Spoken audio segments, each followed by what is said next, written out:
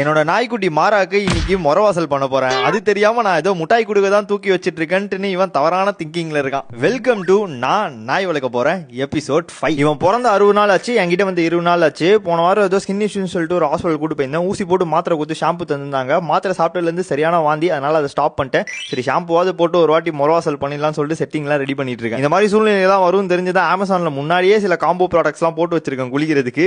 கடைசி வரைக்கும் பாருங்க, ஏதாவது ஹெல்ப்ஃபுல்லா இருக்கிற மாதிரி தெரிஞ்சா லிங்க்னு கமெண்ட் பண்ணி லிங்க்ஸ் வேணா உங்க டிஎம் வாங்கிக்கோங்க. இவனை இன்னைக்கு இந்த ஓரத்துல தான் குளிப்பாட்ட போறேன். பிகாஸ் எவ்வளவு தண்ணி அடிச்சாலும் இந்த உடச்சு விட்டுருக்குன்னு தெரியுமா, ஓட்டை இது வழியா ஈஸியா கீழே போயிடும். திங்கிங் கிரேட் ட்ரைனிங் பார்த்திருப்பீங்க. இதுக்கு பேர் தான் கிரேட் பாத்திங். லெஃப்ட்டும் போக முடியாது, ரைட்டும் போக முடியாது. அதை மீறி அவன் மேலே ஏறி வரணும்னு நினைச்சா கூட 2 வரும், பட் 4 வராது. எப்பயுமே வாட்டர் ஸ்ப்ரே தான் பார்த்திருக்கான். இனி வாட்டர் கன்னை பார்த்தோன்னே லைட்டா கொஞ்சம் கண்ணில் பயத்தை காமிச்சிட்டான். பட் இருந்தாலும் ப்ரெஷரை கம்மி பண்ற மாதிரிலாம் ஆப்ஷன் இருக்கு, கம்மி பண்ணிக்கிட்டேன். இது வந்து குளிப்பாட்டுறதுக்கு ஒரு பிரஷ் மாதிரி கம்ப்ளீட்லி சிலிகான். கொஞ்சம் தண்ணியை ஊற்றி டாக்டர் சொன்ன ஷாம்பு 2-3 டிராப் உள்ள போட்டு நல்லா தேய்ச்சோன்னா ஃபோம் நல்லா வரும். தரக்குன்னு தேய்க்கணும். இது ஏதோ நான் வீட்டில இருந்து தலைவார சீப்பு எடுத்துட்டு வந்து தேய்ச்சிட்டு இருக்கேன்னு நினைக்காதீங்க. இது இதுக்குன்னே வந்தது. இந்த முள்ளு எல்லாம் ரொம்ப சாஃப்டா இருக்கும். கண்ட இடத்துல கால விடுறதுல கரெக்டா வந்து நிக்கிறவன் இவன் தான். ஜென்ரலி இப்ப தேவைப்படாது, பட் வாக்கிங்லாம் மொட்டை மாடல கூட்டு போனா கூட காலை மட்டும் கழுவி விட்டுருவேன். ஏன்னா அங்கதான் அதிக ஜெர்ம்ஸ் இருக்குமாமே எப்பயுமே நாய்க்குட்டிங்களுக்கு. நல்ல தேய்க்க வர நுரைய இது என்ன மதியானம் போடுற முட்டை வெள்ளக்கரு மாதிரியே இருக்குன்னு சொல்லிட்டு வாய வச்சிருன்னு இது ஏதோ மசிலாமே அதை எடுத்து வாயில மாட்டிக்கிட்டேன். கவர்மெண்டே போட்டிருக்கு, 3 மாசம் ஆகல, பட் வாக்கிங் கூட்டு போறப்ப தேவைப்படும் சொல்லிட்டு முன்னாடியே வாங்கி வச்சுக்கிட்டேன். காதுல தண்ணி போகாத மாதிரி குளிப்பாட சொன்னாங்க, அதனால லைட்டா கொஞ்சம் மேலே ஏத்தி டிடிடி மட்டும் மைல்டான பிரஷர்ல போட்டிருக்கேன். ரொம்பலாம் இல்ல. நம்ம யூஸ் பண்ற ட்ரையர் நாய்க்கு யூஸ் பண்ணலாமான்னு தெரியல. நான் ஜஸ்ட் ஃபேன் ஸ்பீட் வச்சு 1 டிஸ்டன்ஸ்ல தான் அடிக்கிறேன். ஜெனரலி டேபிள் ஃபேன் காத்து மாதிரி தான் இருக்கும். மூஞ்சில இல்லாம உடம்பு மட்டும் நல்லா காய வச்சு விட்டேன். ஜஸ்ட் ஒரு 10 நிமிஷம் வெயில விட்டா கம்ப்ளீட்டா காஞ்சிரும் சொல்லிட்டு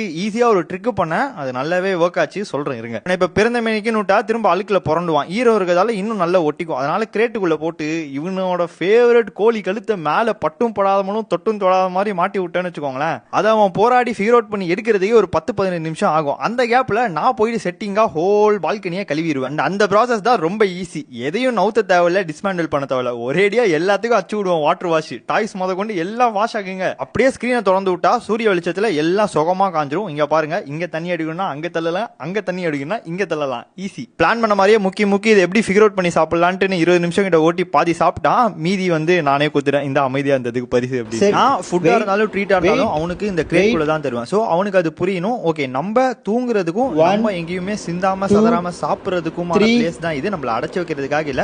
சோ வித் டைம் இந்த இடத்துல கத்திக்கிட்டே இருக்கிறது அவன் கண்டுக்க போறது இல்ல. பட் அமைதியா இருந்தா அவனே ஒரு கோழிகால் போட்டு போறான்ட்டுன்னு புரியலாம். அதுக்காக பண்ணிட்டு இருக்கேன். ஆண்டவனுக்கு தான் வெளிச்சம். என்ன பொறுத்த வரைக்கும் எனக்கு எவ்வளவு பெட் பண்றது இம்பார்ட்டனோ அதே மாதிரி டிசிப்ளின் அண்ட் ஒபீடியன்ஸ் கத்து கொடுக்கறதும் இம்பார்ட்டன்ட் நினைச்சு நான் ஒரு சிஸ்டமேட்டிக்கா ரூட்டீன் ஃபாலோ பண்ணிட்டு இருக்கேன். சில பேர் இதை பார்த்து கொலரான கமெண்ட்ஸ் போட்டீங்கன்னா தெரியலங்க. That's it guys. நாய் செய்திகளுக்காக நானும் என் நாய்க்குட்டி மாறணும். டாடா.